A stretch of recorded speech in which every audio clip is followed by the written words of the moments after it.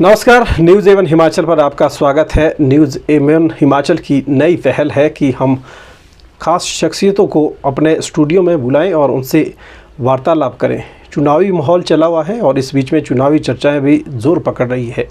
ठियोग नगर परिषद की अगर हम बात करें तो यहाँ पर 2 दिनों के बाद चुनाव होने वाला है। ऐसे में हमारे साथ जो प्रत्याशी है वो लगातार आ रहे हैं और आज जो हमारे साथ प्रत्याशी है, एक उनका विज़न है, जिस विज़न के साथ ये चुनाव में उतरे हैं, क्या उनका विज़न रहने वाला है और क्या परिचय है उनका, उनसे जानने की कोशिश करेंगे। मदन जी, आपका बहुत बहुत स्वागत है हमारे स्टूडियो में आने के लिए। मदन जी, हम जानना चाहेंगे, सबसे पहले काफ़ी लोग आपसे परिचित होंगे, लेकिन बहुत से लोग ऐसे भी होंगे जो आपसे परिचित शायद नहीं है। तो मैं चाहता हूं कि आप अपना परिचय लोगों को दें ताकि लोग आपको जान सकें।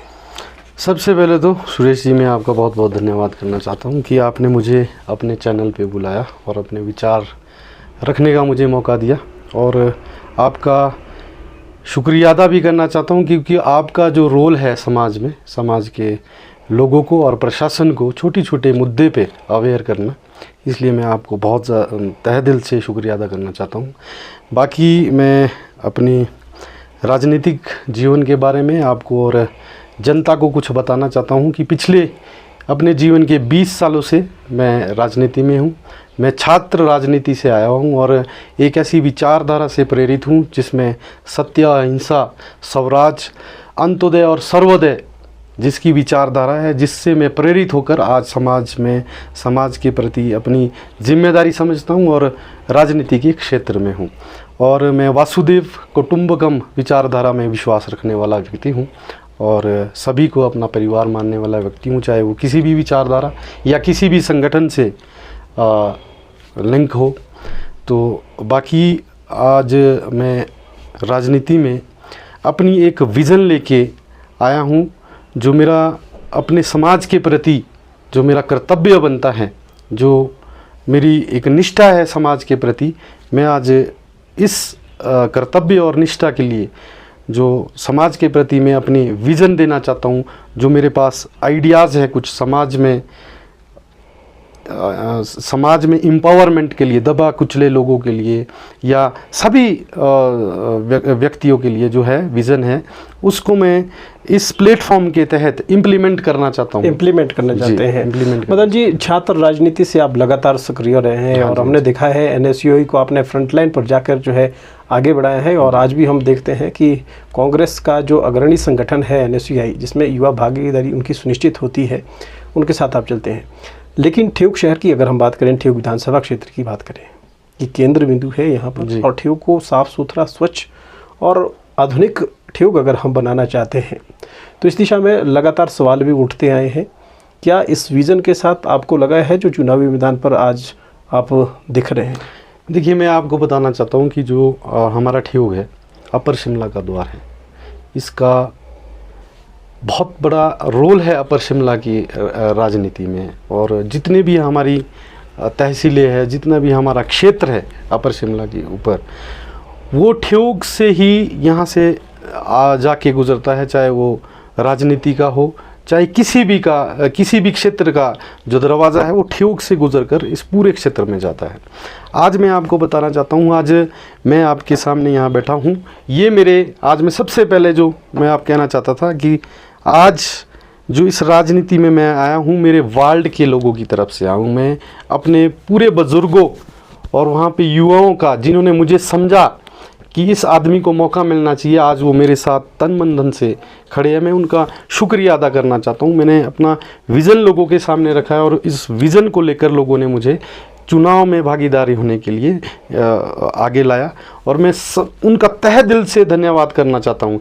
मैं जीतूं चाहे हारूं, मैं उन लोगों के साथ जो आज मेरे साथ मेरे वार्ड के लोग खड़े हैं, मैं उनके लिए सदैव हमेशा खड़ा रहूँगा। अगर जीतूँगा तो मैं उनके साथ ही कंधा से कंधा मिलाकर सबसे पहले मैं अपने वार्ड के लिए जो काम करना चाहता हूँ, जो मेरा विज़न है अपने ठियोग के लिए और मेरे अपने वार्ड के लिए, सबसे पहले यहाँ पे रोड का बहुत स्थिति माड़ी है। जो मैंने देखा, जिस वार्ड से मैं आता हूँ, वो आज पूरे ठियोग का एक वीआईपी एरिया उसको माना जाता है, जिसमें पूरा एडमिनिस्ट्रेशन जो ठेऊ का है वो वहाँ रहता है। तो आपने देखा होगा कि पिछले 5 सालों से या बहुत काफ़ी टाइम से हमारा जो रोड है वो बहुत ही कंजस्टेड है।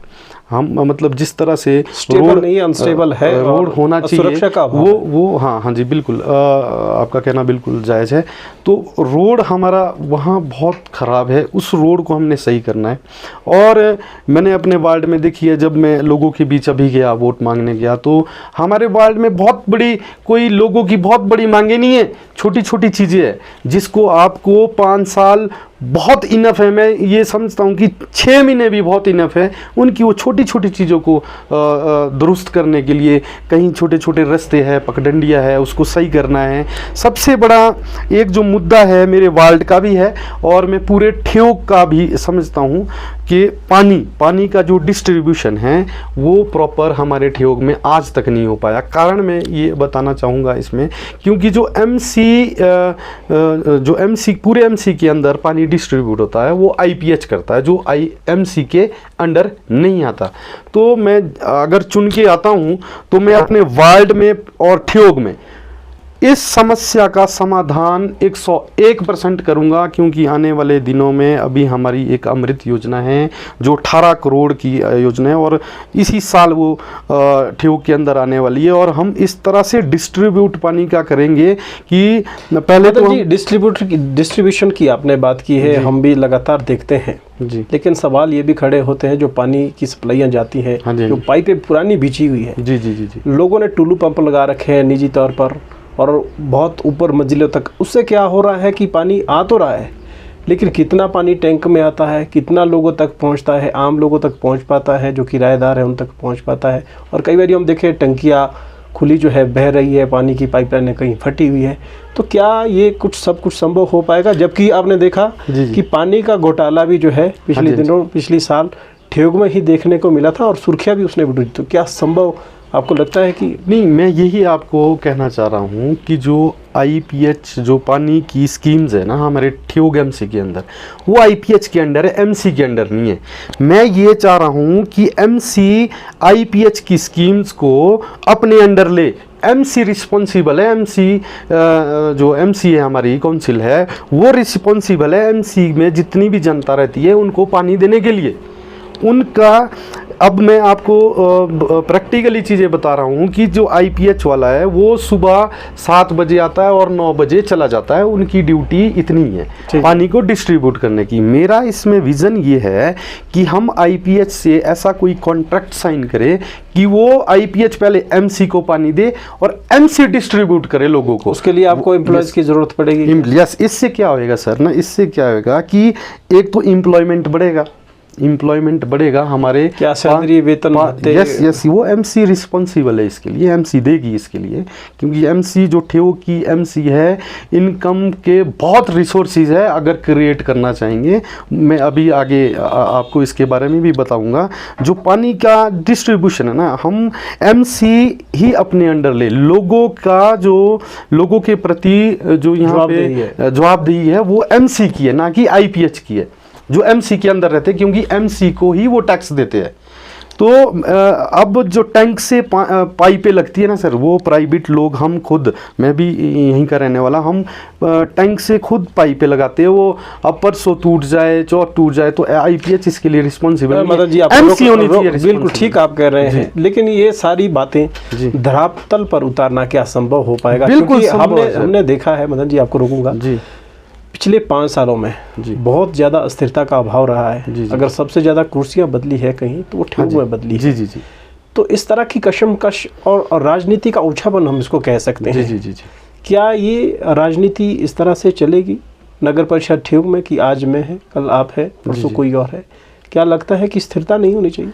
जो मेरा इस बार का सबसे बड़ा मुद्दा और जो मेरा उद्देश्य है, मैं एमसी के अंदर स्टेबिलिटी लाना चाहता हूँ कि जो अगर इसी तरह से अनस्टेबल हमारी एमसी रही कि सभी के जो ओवर एम्बिशंस है, हम क्या कर रहे हैं कि लोग हमें चुन रही है और हम वहाँ जाके और एम्बिशियस हो रहे हैं कि मेरे को ही चेयरमैन बनना है, मेरे को ही वाइस चेयरमैन बनना है। ठीक है, आपका एम्बिशंस होने चाहिए, अच्छे एम्बिशन होने चाहिए, लेकिन इतने ओवर एम्बिशियस मत होइए कि आपको जनता ना दिखे जिन्होंने आपको चुना है। पिछले टर्नओवर में आप देखिए कि क्या क्या हुआ है, हम इसमें ज़्यादा नहीं जाना चाहते क्योंकि उन्होंने क्या कैसे किया है, क्योंकि जो आप जनता ने उन्हें देना है।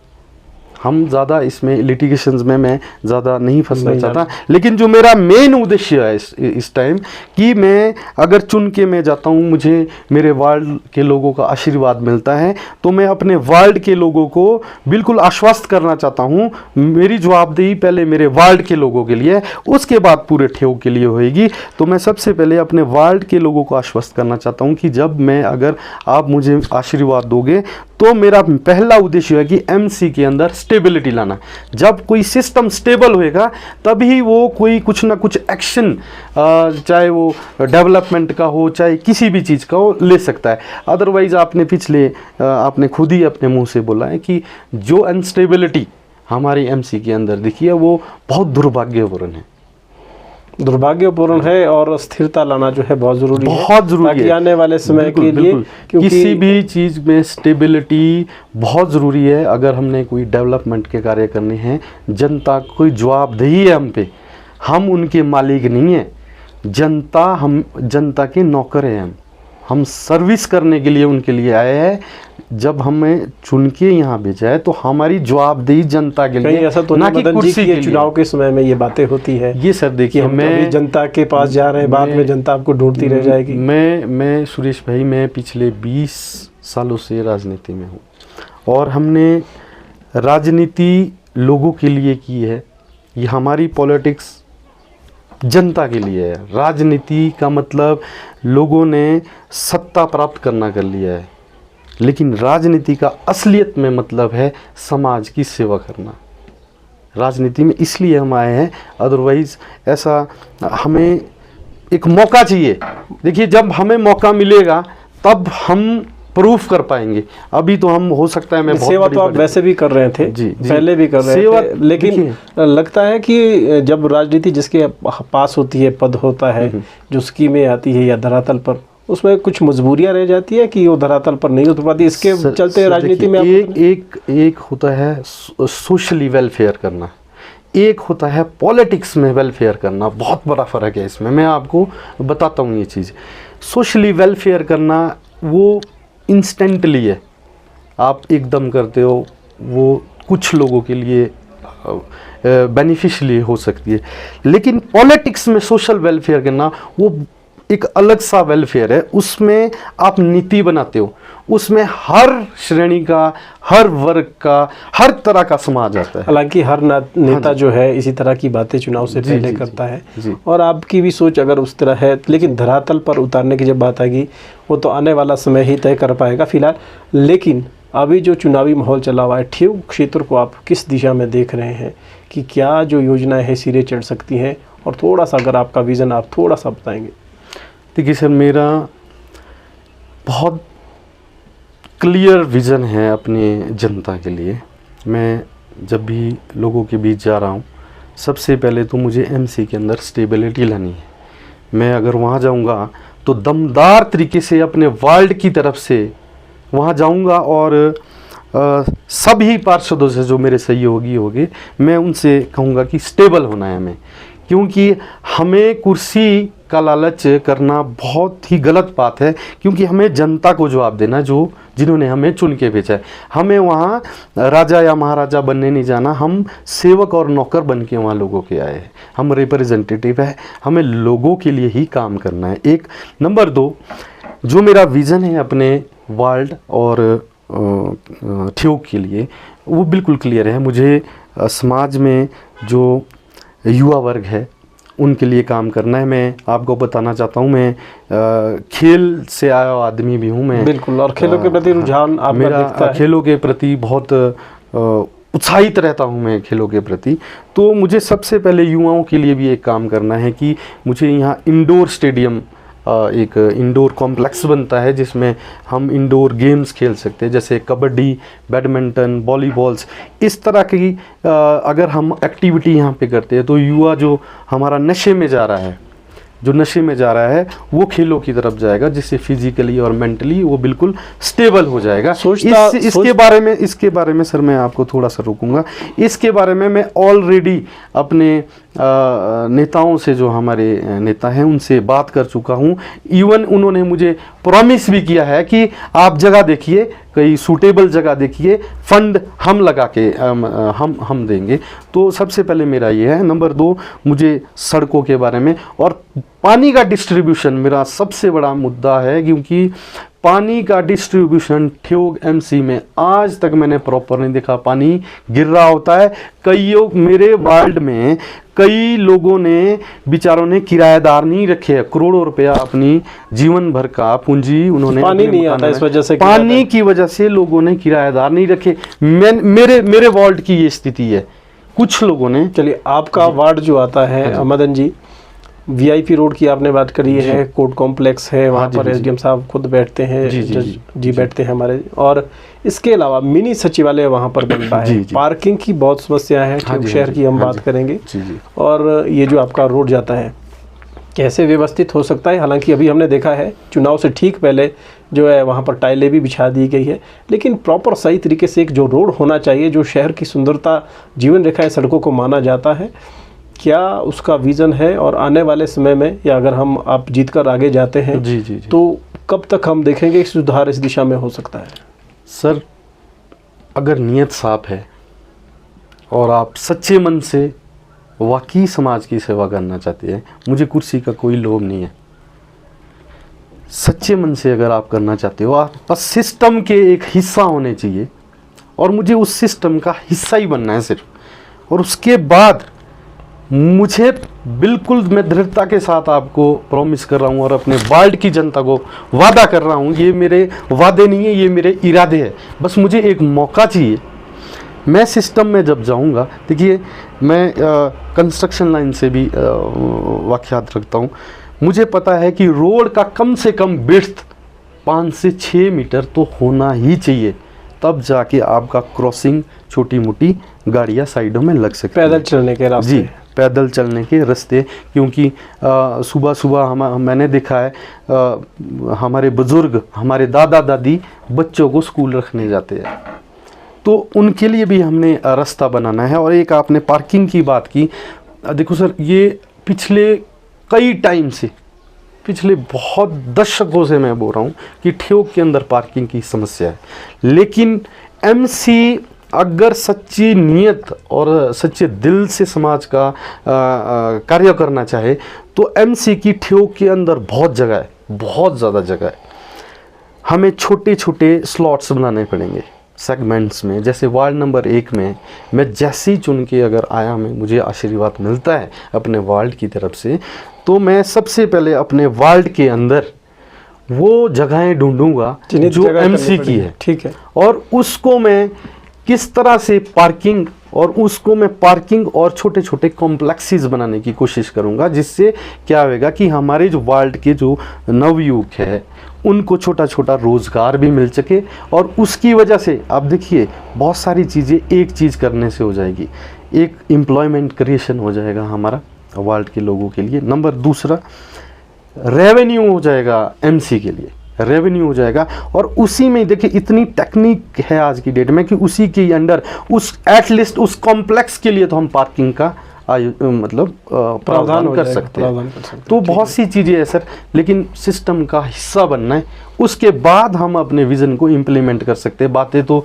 बहुत सारी बातें हैं, बहुत सारे विषय हैं मदन जी। और हमने देखा है कि चुनावी मैदान पर उतरे थे बहुत से प्रत्याशी थे, और बहुत से प्रत्याशियों ने विड्रॉल किया। क्या आपके लिए हम देख रहे थे कि बहुत सारे लोगों ने माना है कि छोड़ा है? क्या विजन उनके साथ कोई बातचीत हुई है, कोई सेटिंग हुई है? और अभी जो दावेदार हैं वो भी प्रबल है, तो किस तरह से अभी चुनौती को आप देख रहे हैं? मैं आपको पिछले टनेवर में थोड़ा सा ले जाना चाहूँगा। हमारा पिछला जो टनेवर था, हमारे जो वहाँ से रिप्रेजेंटेटिव थे, हमने उनको अनपोज चुना था। तो हमने इसी तरह की एक रीत चलाने की कोशिश की थी अपने वार्ड में। हम 5-6 लोग थे और हम खड़े हुए थे। तो हमारी एक बुजुर्ग थे एक, तो सहमति भी बन रही थी। तो ऐसा कुछ चला, सब कुछ चला, तो कुछ ऐसे समीकरण बने कि ऐसा नहीं हो पाया। और मैं आज उनकी बदौलत यहाँ पे आपके समक्ष बैठा हूँ। और मैं पिछले कल भी उनका धन्यवादी था, आज भी हूँ और आने वाले दिनों में भी उनका धन्यवादी रहूँगा। और उनके साथ जीवन भर, जिन्होंने मुझे आज यहाँ बैठने का आपके समक्ष मौका दिया है, जीवन भर उनके साथ कंधे से कंधा मिलाकर अपने वार्ड के लिए जो मैं कर सकूँगा उनके साथ मिलकर काम करूँगा। योजना बनाएंगे उनके साथ जी, मिलकर, उनके साथ चुनावी मैदान वो पर। देखिए सर, मैं संगठन से जुड़ा हुआ आदमी हूँ। मुझे पता है कि जनता का दिल कैसे जीतना है और जनता के लिए काम कैसे करना है। तो मैं बिल्कुल बेफौक तरीके से आपके साथ कहना चाहता हूँ कि आने वाले दिनों में हम वार्ड नंबर 1 को एक एग्जाम्पल सेटअप करेंगे पूरे एमसी के अंदर। ठेव का एक ये नंबर मेरा का वार्ड, यस, 1 नंबर वार्ड अगर क्रमिक संख्या में है तो विकास की उसको दृष्टि से वाकई भी में ही उसको हम 1 नंबर बना के छोड़ेंगे। मैं अपने वार्ड के लोगों से और उनके साथ मिलकर चुनाव में अक्सर हम मदन जी देखते हैं कि आपसी भाईचारा खत्म होता है, लेन देन की बातें होती है और बहुत सारी तमाम बातें होती है। तो इन सब चीज़ों से बचकर जो है आगे बढ़ना है और ठेव को विकास की दृष्टि में लाना है। क्या संदेश आप आखिर देना चाहते लोगों को? देखिए सर, ये जो लेने देने वाली बातें हैं ये पता नहीं कब होती थी, लेकिन आज पढ़ा लिखा समाज है, जागरूक समाज है, उनको पता है कि कौन कैंडिडेट किस कैंडिडेचर का है, वो इसको चुन के हमें क्या फ़ायदा आगे भविष्य में होने वाला है। देखिए, आज भविष्य की लड़ाई है, आज की लड़ाई नहीं है। आने वाले दिनों में मतलब समस्याएं बढ़ती जाएगी, चाहे वो पार्किंग से रिलेटेड हो, चाहे वो पानी से रिलेटेड हो, चाहे हमारे बिल्डिंग कॉम्प्लेक्स। मैं ये छोटी सी बात आपको बताना चाहता हूँ कि हमारे एमसी के अंदर घर ऐसे बन गए हैं कि दूसरे घर जाने के लिए रास्ता नहीं है। सामने वाला बिल्डिंग खड़ी कर देता है, पीछे रोशनी नहीं जाती। तो हमारे को बहुत कुछ करना है, बहुत कुछ करना है, लेकिन उसको करने के लिए सिस्टम के अंदर जाना ही पड़ेगा, तभी हम इम्प्लीमेंट अपने विजन को वहाँ कर। चलिए, बहुत बहुत शुभकामनाएं हैं आपको और हम उम्मीद करते हैं कि आपकी योजनाएं सिरे चढ़ सके। इन सभी तमाम बातों के साथ फिर से कभी हम आपके साथ बातचीत करेंगे। फिलहाल चुनाव के लिए भी हम आपको शुभकामना देना चाहते हैं। तो ये थे हमारे साथ मदन शर्मा जी, जिनके साथ हमने बेबाक तरीके से बात करी है। ठेव की व्यवस्था को लेकर उन्होंने अपना विजन रखा है, वार्ड नंबर 1 को लेकर वो चुनावी मैदान पर है। आने वाले समय में क्या नतीजे रहते हैं, क्या परिणाम रहते हैं, वो तो हम तभी बता पाएंगे आपको। लेकिन साफ तौर पर उन्होंने कह दिया है कि वो राजनीति और राजनीति से बाहर ठेव क्षेत्र को आगे ले जाने की दिशा में लगातार काम करते रहेंगे। मदन जी, आप हमारे स्टूडियो में आए, आपका बहुत बहुत धन्यवाद। थैंक यू सर, नमस्कार।